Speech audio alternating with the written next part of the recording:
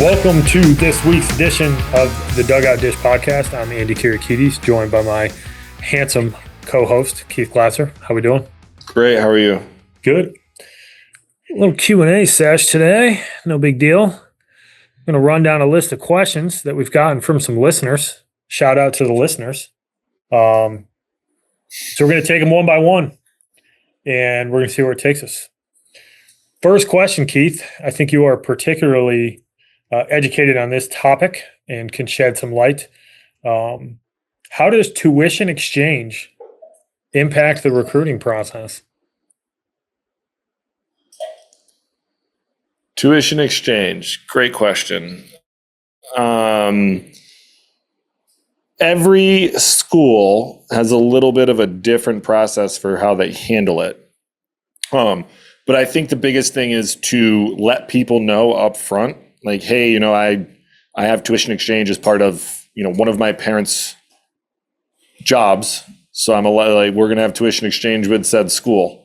That way they can kind of get out in front of it, because there are, like I said, there's different processes in place at every school for how they handle it.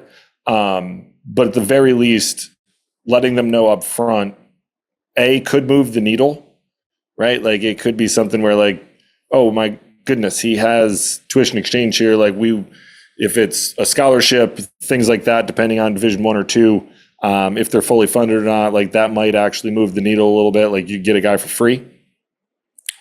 But I also think at the Division 3 level, like it's a huge added benefit for student athletes, because you don't necessarily have to worry about a lot of the finances. It's a little bit more straightforward tuition exchange.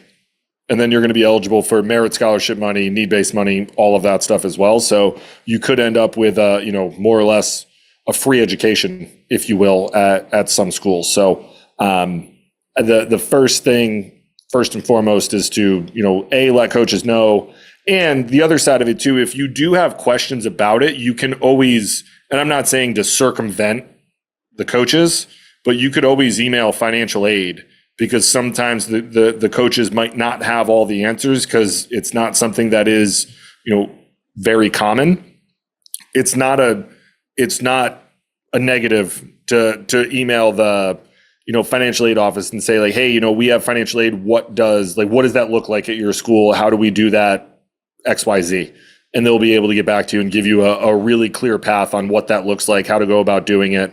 And then you at least have an idea while talking to the coaching staff and such. Yeah, it's not super common. I mean, in 10 years of coaching, I never once ran into it.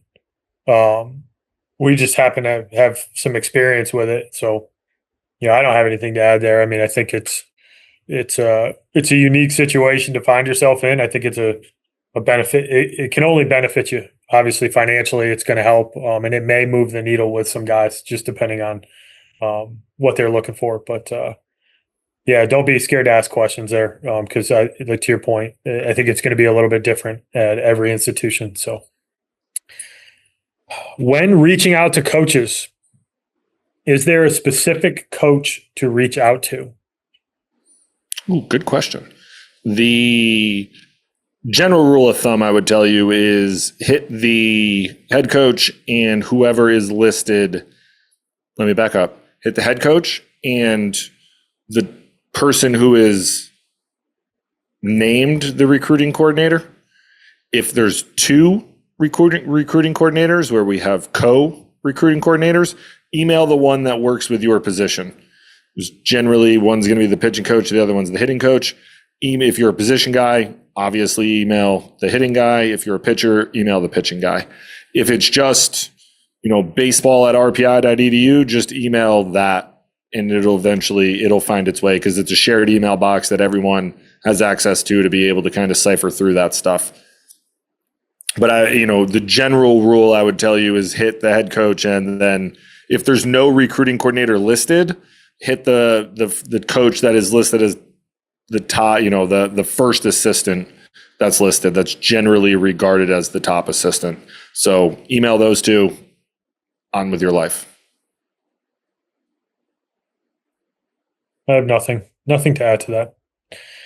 If you follow coaches on X, formerly known as Twitter, and they follow you back, should you tell them where you are playing or just post it?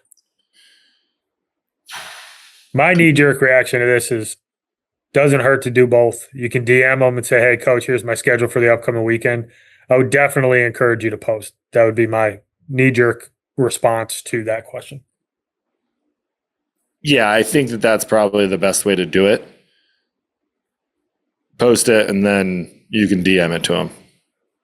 Easiest way. Yeah. I didn't see that question coming.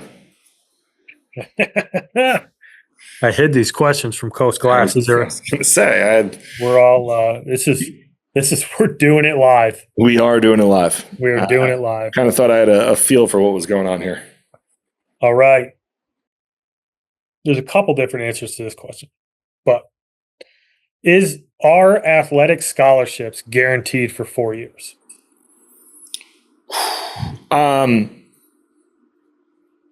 Yes and no.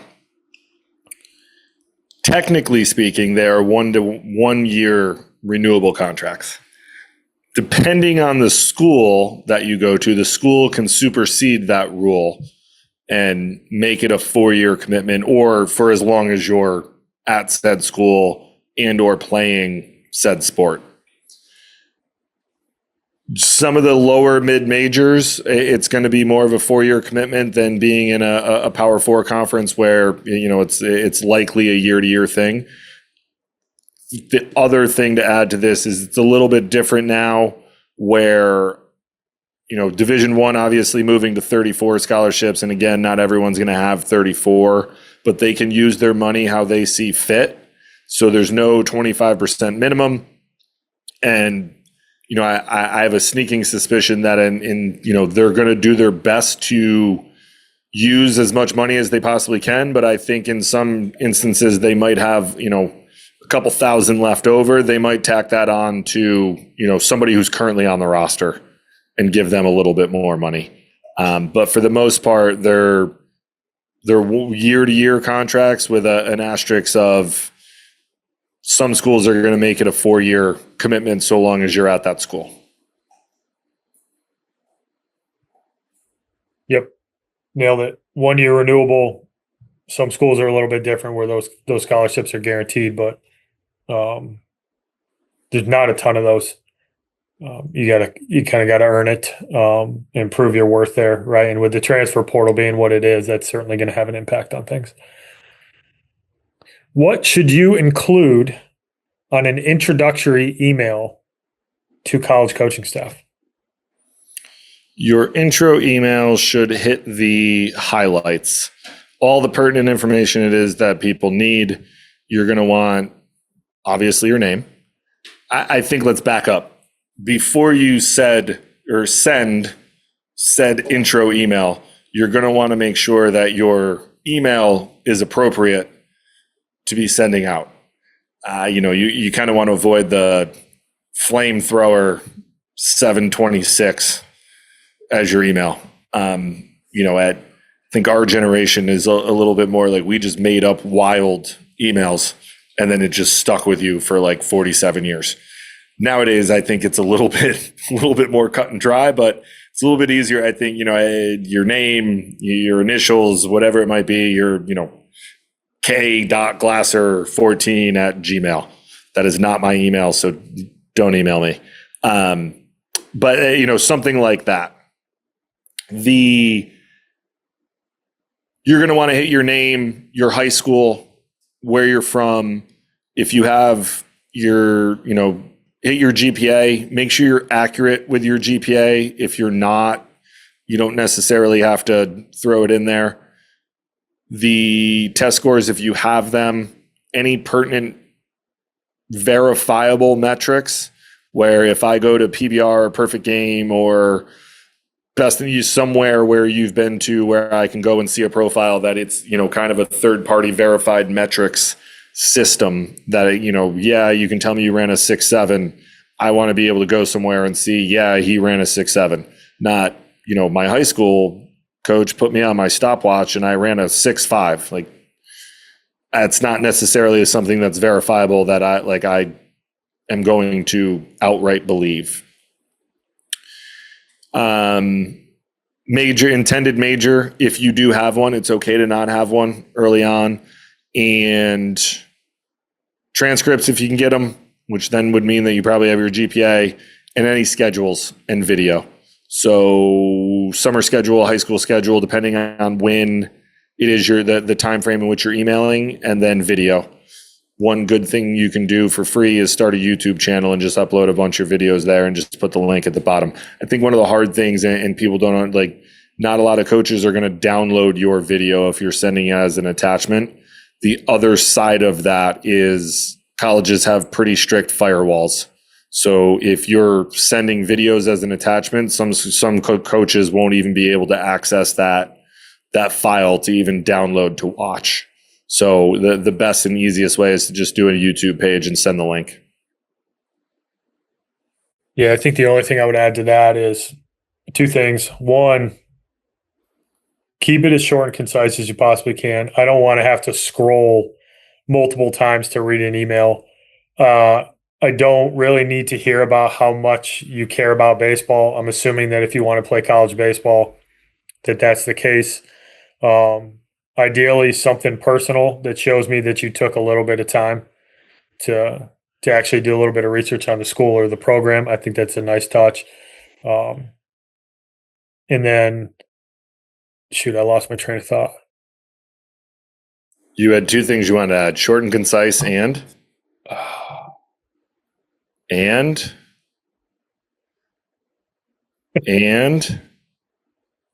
Oh, geez.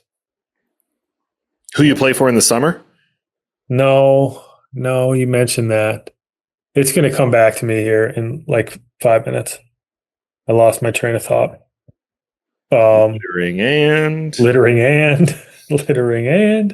All right, we'll come back to that. But you hit the high points that I think are important. Oh, don't exaggerate your metrics. That's what it was. If you're 84 to 86, put that you're 84 to 86, right? Because if you are hyperbolic with your metrics, you're going to get found out.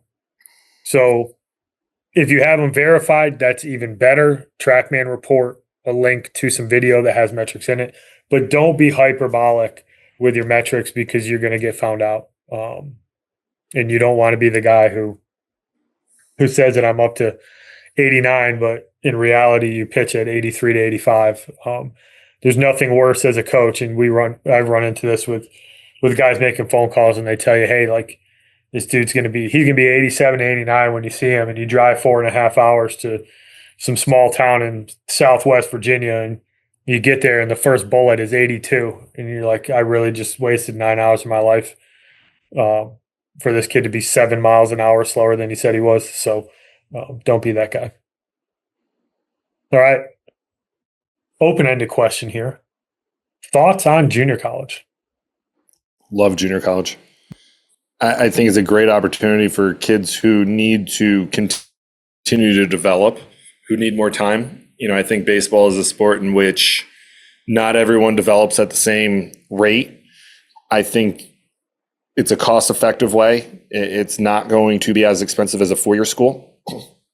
And not to sound like it's lawless, but there are very loose rules surrounding how much time you can practice and play in JUCO baseball, which lends itself to being a lot more developmental for a lot of players. You can play, I think, up to 16 games in the fall. It's 14 or 16. And then you can play 56 in the spring. There's no real rules around, how long you can practice in the fall. You could pretty much practice the day you set foot on campus until you leave in the fall, and then start back up day one of the spring semester all the way through, the end of the season. So you can get a lot of development time in there and really become the best version of yourself over the course of a year or two at a junior college. Again, it's cost effective. There are a lot of junior colleges out there as well that have agreements with other four-year schools, and some of them are, of the higher end academic world. If you graduate from said junior college with a 3.0, you more or less have a free transfer into said really good high academic school.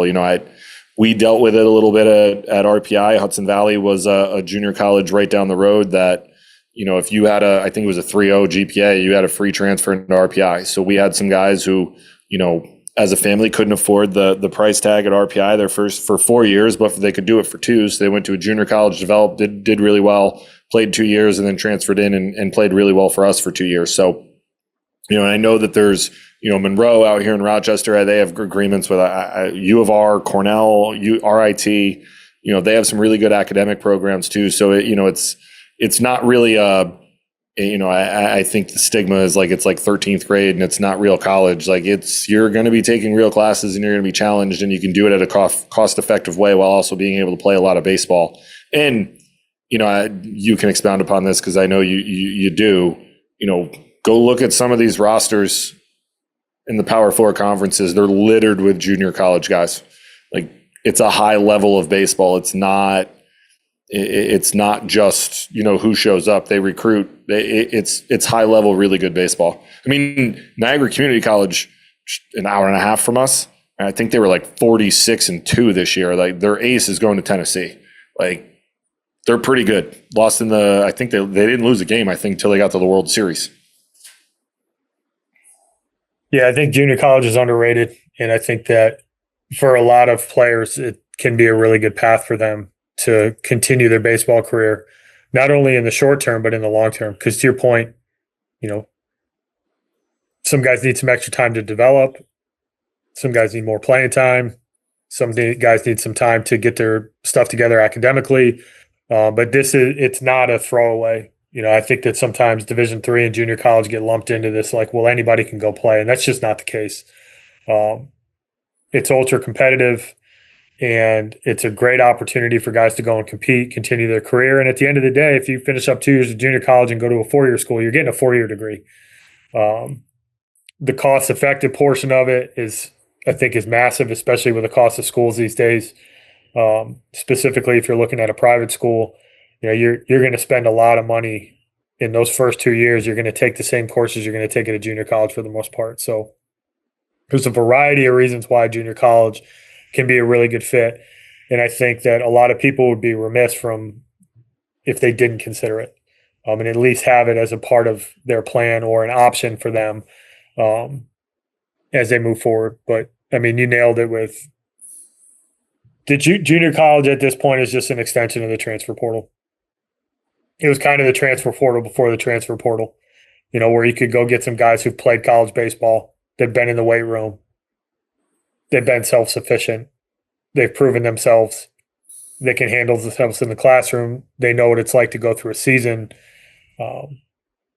Junior college is great. I mean, as simple as that. Like I think it's something that a lot of families need to consider as a potential option, and certainly don't scoff at it, especially if baseball is important to you. Is there such thing as too many emails? Yeah. If you're emailing all 305 Division Ones or all 435 Division Threes, like, yeah, there is. I think, and look, I think that I think it's also unique to the coaches, right? Like I think some coaches really do enjoy when guys keep them appraised of how they're doing, how their season's going, their interest, all of that stuff. I think some coaches sometimes see it as a bit much.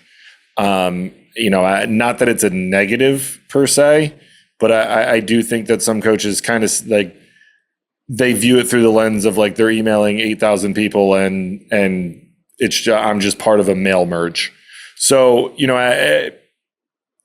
I think you need to do what's best for you, but also understand that you should be emailing coaches or programs, that are aligned with where you fit in from an athletic standpoint, and also where that have the academic focus that you are looking for.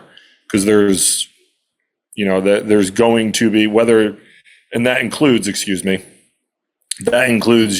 what they do academically when I say academic focus, I'm saying a lot of schools are going to have business, but where do they align from a an academic standpoint? Is it a higher end academic institution? Is it medium? Is it low? What does that look like? If you're emailing every school in the country that has business, then yeah, it's probably a lot. It's too many emails. But, if it's a targeted focus of, 20 schools that have this and like they align with what you want to do academically and they have baseball and you might be able to play at them, fire off. Yeah, I think the only thing I would add to that is just be under control with your frequency at which you're sending to coaches. Like they don't need an email every week. Once you get that intro email out every couple weeks, once a month during the season with some updates as needed, you don't need to be peppering these guys with an email every single Monday morning about what you did Saturday and Sunday. But yeah, there is such thing as too many. Thoughts on tagging schools in social media posts? I will start this with I'm not a fan of tagging individual schools. I think it can be a bad look. That's just my personal take. I think you can post some, you can tag some accounts that might help with your distribution and the visibility of it. But I would suggest you go and follow coaches so that your post will show up on their timeline. But I've seen stuff where kids post and they'll tag 14 different schools from 3 different levels, and it just doesn't. There's not a lot of sense behind it. So that's my personal thought. I honestly don't know if you differ in your thought on this. No, I don't. I mean, I think once you're committed, it's not the worst idea in the world. But like I would tend to stay away from tagging individual programs and schools because I think some people will view it negatively through the lens of like, feeling left out, the FOMO. Why are they not tagging me? Are they not interested in my program? I've talked to this kid 5 times, things like that. So like I would generally stay away from that. It's fine to tag your high school, your summer program. If you work with people like us, tag us, like we can take care of the rest of that. Do colleges look at past injuries differently, specifically in ACL? No, I think it depends on where you are in your rehab process, right? You can probably speak to this more because I was going to make a joke. I won't. You can speak to this more. I was going to say you were made of glass. You're not, but you did. You went through it in the, going into college, and I think I can speak more. Like I got injured in college, so it's obviously viewed a little bit different there. Like I had, doctors and trainers and everything at the college that were working to get me back healthy, and it wasn't. It's a lot different if once you're actually there. But I would say it's way more where you are in your process. If you're a year post-op and you're having no issues, I don't think that it's an issue, especially with ACLs. Even with Tommy John nowadays, and I know that's not the specific question, but obviously Tommy John is a relatively popular surgery. The brace surgery is becoming even more popular in guys. Like it depends on where you are in your rehab and what they might think. I don't necessarily think that guys shy away from it. It might, they might want to take a little bit longer to kind of see where you're at and what you can do. But I don't think it's going to, necessarily negatively affect everything. Rotator cuffs and labrums can be a little bit different because those are kind of a coin flip on what's going on. I think the data can suggest that, guys can come back from Tommy John. I also think I actually read something recently regarding arm injuries, and this is a caveat. I don't necessarily like it was a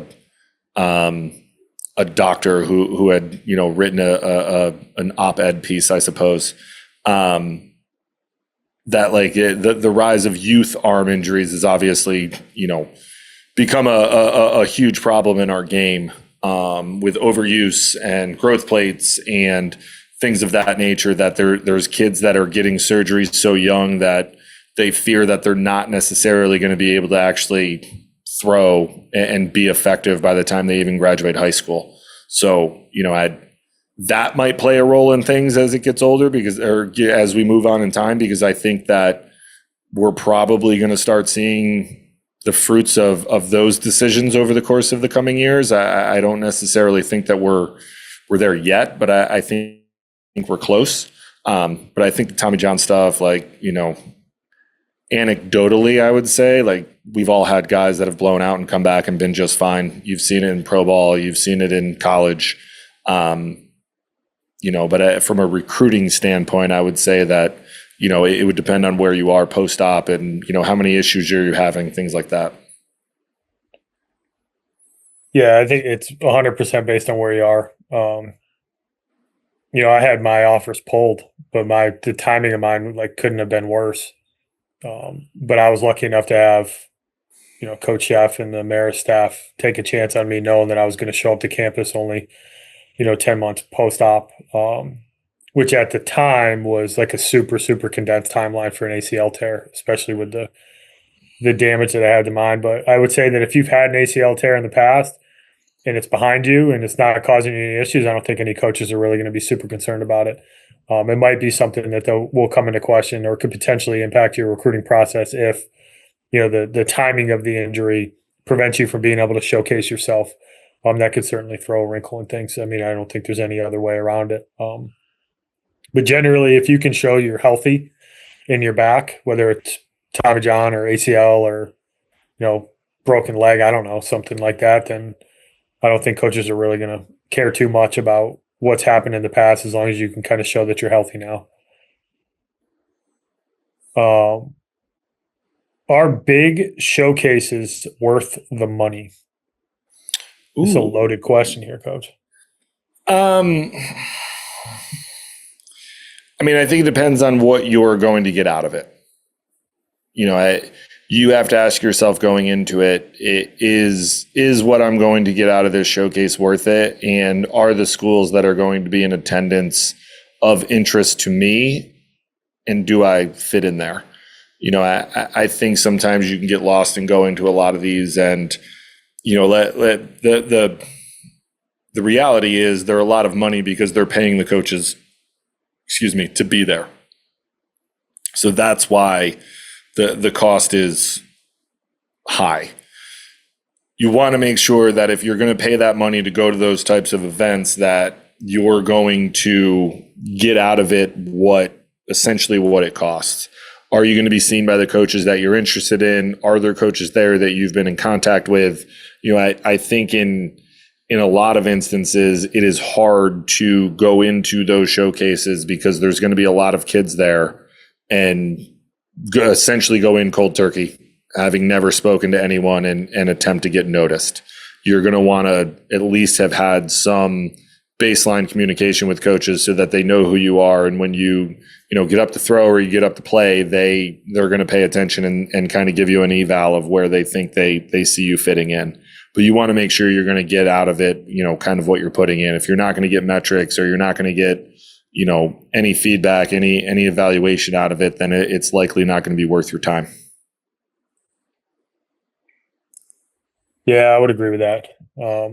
Understanding what you're getting into, I think timing matters as well.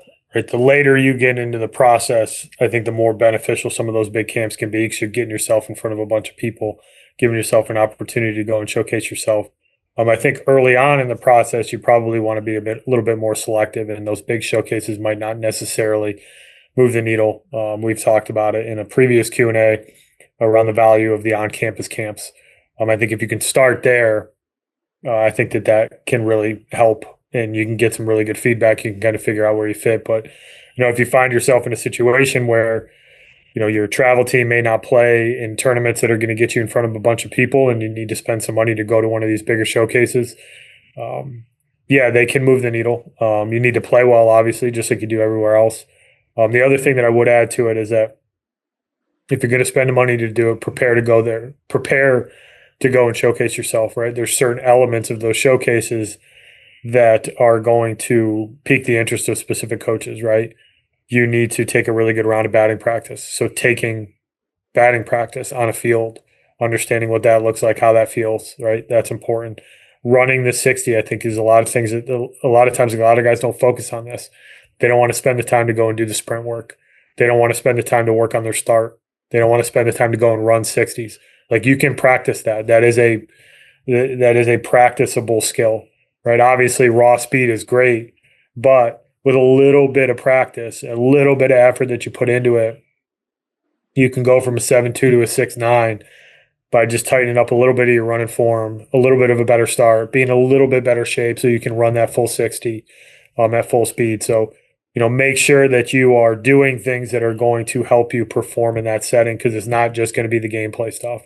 You are going to be, responsible to go and run a 60, your pop time thrown across the infield. Like, you're going to need to do some of that stuff. So you need to practice it in order to make that as worthwhile as it can be. What does a commitment actually look like? It's going to be verbal on the front end. You're going to essentially say that this is the place I intend to go to college for the next 4 or 5 years. Understand that it is verbal. Once you are committed, you should stop, quote unquote, shopping yourself. You don't want to commit somewhere and then, continually shop yourself as, it more or less being a soft commitment, because it's going to raise a lot of eyebrows, and, coaches are going to find out very quickly that that's what's going on. So, you're going to want to, when you make that decision that you're going to commit to said school because you have the offer, that is the place that you intend to spend the next, 4 years of your college career. We can get into the landscape of college baseball changing.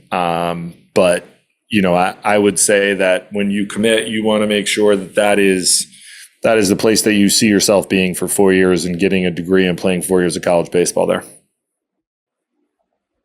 Yeah, the tricky part of this is that you're seeing guys decommit, you're seeing players get caught, that kind of thing. But I think the intent of it is kind of what we're talking about. Is that, like, when you make that verbal commitment, like, that needs to be the place that you intend on going.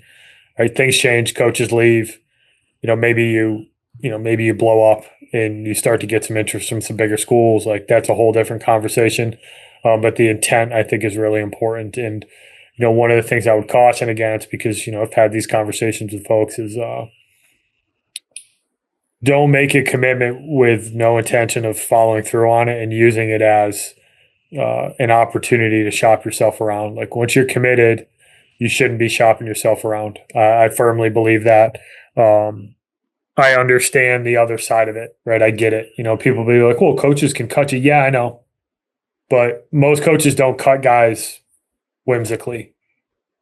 They cut guys because the guy didn't get any better, or something may have happened off the field. But these decommitments that you're seeing, they're likely happening for performance reasons. Which, I guess, the follow on to that is that when you do make your verbal commitment, you're not done. You need to get better. You need to get yourself ready to go on campus, and you need to show those coaches that you're going to meet the standard that they have set on you, right? There's an expectation for almost every single kid who gets committed that I'm committing you knowing that you're going to get better and you need to get better. So own that portion of it. Like, if you're a 2027 and you're fortunate enough to commit in August or September this year, you better not pack it in, because those coaches are going to continue to evaluate you. And you don't want to put them in a situation where they have to make a phone call and say, hey, man, like, you haven't progressed the way that we thought you were going to progress. But the intent should be that that's where you go to school for 4 years. All right, last question. Is being a multi-sport athlete beneficial? Yes. Yes. Being a multi-sport athlete is huge. We've moved away from it. I actually had a conversation today with a coach. I told him that one of these guys was also a football player, and that piqued his interest even more, because that, adds an extra level of athleticism. It adds an extra level of, toughness. If you've done it for a very long time, competitiveness, things like that. So I'm not just specifically speaking football, but you pick up other skills in other sports. I am a firm believer that you need to take some semblance of a step away from this game. Not to say that you completely shut it down, but doing baseball 24/7, 365, you're going to burn yourself out. This game is incredibly difficult, and trying to do it 20. And look, some people can do it, but I am not a proponent of single sport stuff until you get a little bit older, you're in high school, and you decide that that's what it is you want to do. But from a young age, I'm not a proponent of it. I think that it is not the best for athletes to be able to develop. You're really only training one sport instead of doing multiple things. And I think there's injury prevention in playing other sports. You're training different muscles. You're learning other athleticism. And that's basketball, that's volleyball, it's soccer, it's wrestling, it's hockey. It's literally anything. And I think that taking a break away from this game sometimes is paramount for younger kids to be able to kind of reset and not focus on everything it is that, it can go wrong. This is a game of failure. And the more and more you do it until you get old enough to really kind of grasp that concept, it can really weigh on you. So I think being able to play some other sports and A, step away, B, gain more athleticism and injury prevention in other sports is huge for student athletes. Yeah, I mean, I think the ability to play in another team sport, I think, is really valuable, right? Yeah, maybe not necessarily being the best player on a specific team, I think, is really valuable. But for me, it comes down to the athleticism. Like, there's just baseball obviously takes a really high level of athleticism in order to play at a high level. You got to be a really good athlete. You got to be strong. You got to be fast. You got to be physical. But there's also the skill element of it that for me personally, I think skill acquisition in baseball is a lot easier than developing athleticism, period. And I think where a lot of people go wrong in this, and I firmly believe this, is that they specialize way too young. And you got 8 and 9-year-olds who only play baseball, and I just don't think it does them any good. There's certain movements, there's certain athletic skills that are not honed when you're talking about the athletic development of a kid and letting them go out and compete, letting them go play different sports, right? And the funny thing about this is that we've gotten to the specialization phase of things, but I've seen countless numbers of interviews from professional athletes, right? And I actually saw one from Russell Wilson the other day that I thought was really interesting. And he was talking about how he thought playing multiple sports made him a better quarterback, right? And even like little stuff like, you're a wide receiver on a football team, you're probably going to be better at tracking a ball in the outfield if you can track a football, or vice versa. But he talked about soccer, improving your ability to move your feet, right? It's helped him as a quarterback. Playing infield helped him as a quarterback, right? For those of you who don't know, Russell Wilson was also a pretty darn good baseball player. But I think that you lose the opportunity to develop skills that matter on the baseball field that may not necessarily get trained on the baseball field, right? And we turn kids into robots, right? They get really good at doing drills, right? And they get really good at doing like very niche movements in baseball. And yes, there's some value in that, but at the end of the day, you need to be an athlete. You need to be able to go out and play. And I think sports like football, I think sports like basketball, soccer, I'm a huge fan of wrestling and hockey. I mean, there's nothing more intimidating and valuable for a kid from a confidence perspective. Is like, you go one-on-one in a wrestling mat, like you only got one person to blame if you lose. Ooh, baby. And you sure do. Kids who have the ability to go and play other sports, I think it matters. I think it helps them in the long run. I don't think it's a coincidence that you look at a lot of guys who continue to climb the ladder in a baseball perspective. A lot of them have significant athletic backgrounds, right? Whether it's they were a really talented basketball player or a really talented football player, and they ultimately ended up, settling on baseball, or that was the route that they ended up taking them. But I have yet to come across a coach at any level of college baseball that would be less inclined to recruit a player because he was a multi-sport athlete. In fact, I think it's the other way around. So is there a point in time where you may have to specialize, yeah, absolutely, right? But I think that that's a conversation that needs, to your point, happen a little bit later, 16 years old. But like you're 10, 11, 12, 13, 14, go play other sports. It's good for you to get away from baseball. It's good for you to not throw baseball. It's good to go interact with other people, other kids, be in an environment that's different from a competitive perspective. So I think it's hugely beneficial. I would highly encourage any parents who are listening to this and you've got younger kids, let them play other sports, right? Because the last thing you want to do is burn them out on it. And we all know that that can happen. So, and I think I see it with people I know. Like every sport has become a year-round thing, and you're getting pressure to do it from all sides. Like, let your kids be kids, and like, not for nothing. And like, I know I've said this before. Like, I don't know if I'd be like, I think I still would be a pretty good college baseball player in today's world, but like, I made it to where I made it because I played multiple sports. And I'm not saying it's just me. Like, of the vast majority of people that I played with, a lot of the kids I've coached that were some of the better players and got to where they got, like, they played multiple sports. And this rise of specialization, like, we have 8, 9, 10U teams that are playing, 40, 50, 60 games. Like, their bodies are not able to handle that workload of playing that many games. You break down in college playing 40 to 56 games. And we're talking about guys that spend an exorbitant amount of time in the weight room in order to mitigate that breakdown. And we're doing it at the youth level and think that that's okay. And I'm not trying to get on my soapbox here at the end of this, but we're playing far too many games in the hopes of what? Like, what's the end goal when you're 8 years old playing 60 games? Like, you're going to email a coach in 6, 7 years and be like, in 8 years, I've played 7,000 games. Like, awesome, dude. I don't care. I don't care what you did at 8. I don't care what you did at 9. Could care less what you did at 10. What are you doing now?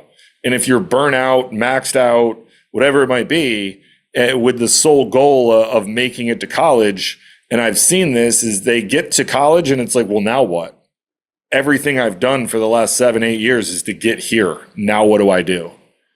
And it takes them a while if they ever make that jump because they are burnt out. And then you're going to go into a college setting and it is far tougher than anything it is that you've experienced. And it's not to scare anybody, but that's the reality. It is tougher than anything you've ever done, no matter what the sport is. Whether you're listening to this and your kid's 10 and they think they want to play baseball, but maybe they end up playing hoops. I don't know. But it's far tougher than anything they've gone through. And, I think that we're doing a disservice at that level of playing all these games because their bodies cannot handle it. And I've seen 18, 19, 20-year-old bodies break down in 40 games. And we're playing 50 plus games at 8.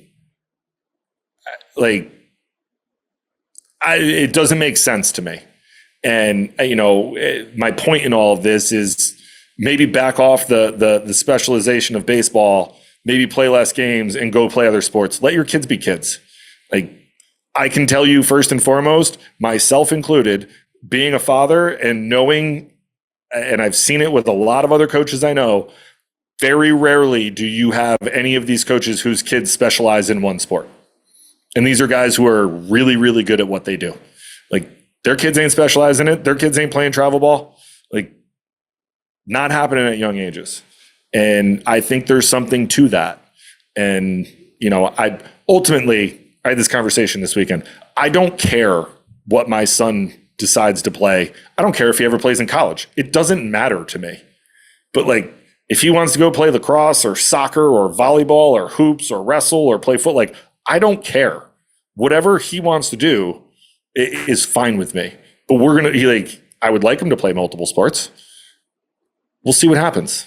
I don't know, but I'm not going to make that decision at 8 And that's just my own personal feeling. That's not to throw shade on anyone or, you're doing it the wrong way. Like, that's just my own personal feeling that's what I would, that's what I hope.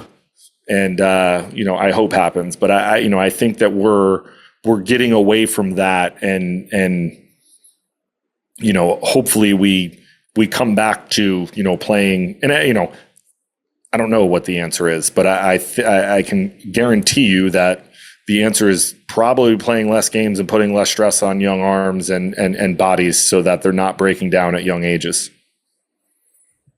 Yeah, I mean, I talked to a college coach the other day, and we both got young sons, and we were laughing about like you've got these like 15U national tournaments that are going on, and he's like, "There's zero chance I'm flying to Atlanta, Georgia, for my 15-year-old kid to go play in a tournament when there's no value in it whatsoever outside of saying that you flew to Georgia." Right. Like, it doesn't move the needle anymore, and you can accomplish the same thing of development and focusing on enjoying it, not overworking a kid, without having to do that kind of stuff. And I think it starts at a young age. And yeah, I mean, if your kid loves playing baseball, like, let him play a bunch of baseball. Like, there's nothing wrong with that. But, understand that, I just don't think you need to be flying around the country and, spending, every Thursday night through Sunday night in a hotel room with your 11-year-old kid so that they can play 3 games a day at some tournament. Like, I don't think it's good for them, and I think the long-term benefits of it are pretty negligible. Yeah, it's just there becomes a point of diminishing returns, and it comes faster at younger ages. So, take that for what it's worth. Go play some wiffle ball. Go play some wall ball. Oh gosh, I loved wall ball and wiffle ball when I was younger. Oh, that's great. Play in the backyard. Yeah, hit left-handed. We used to Go to the minor league field, hit left-handed. Oh, yeah, gosh. we used to play all kinds of little games. I don't know if maybe I'm wrong, but I don't know if kids do that as much anymore. We sound old saying that. Yeah, but like I think that.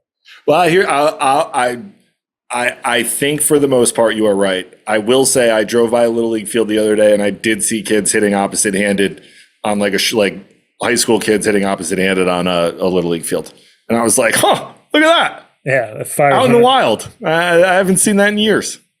That fires me up. I think the other thing too, and I'll close with this, is that it's not really the multi-sport thing, but a large portion of what kids do now, they do everything under supervision of a coach.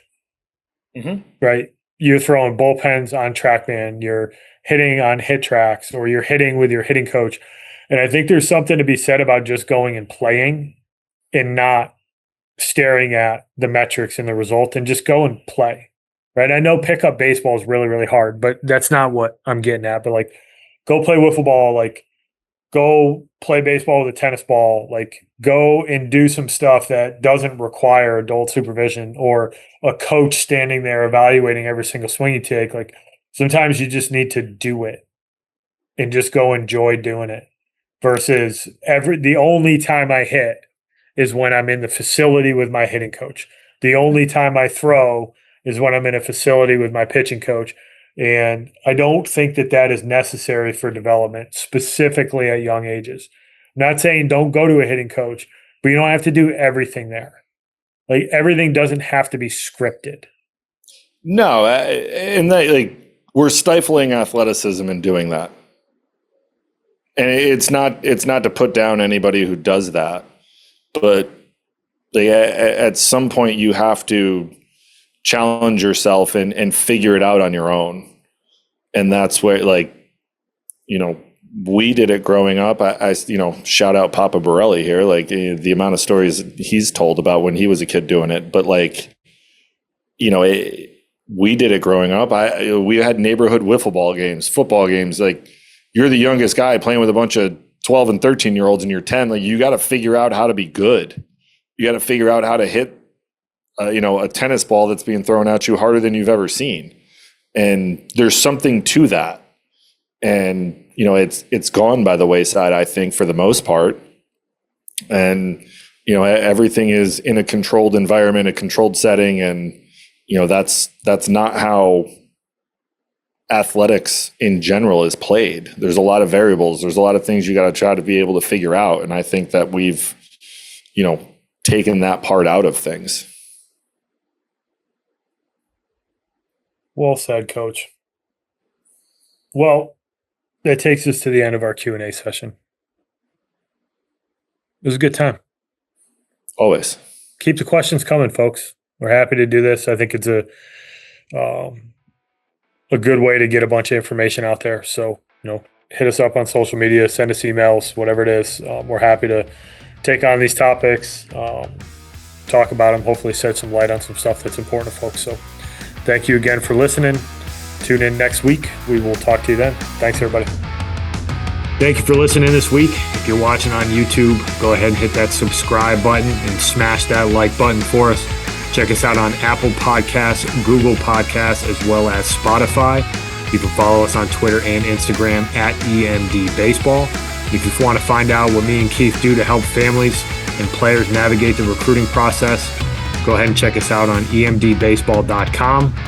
Take a few minutes to check out our new online academy. I promise you'll get some good information out of that. Thanks again for listening. Check in with you next week.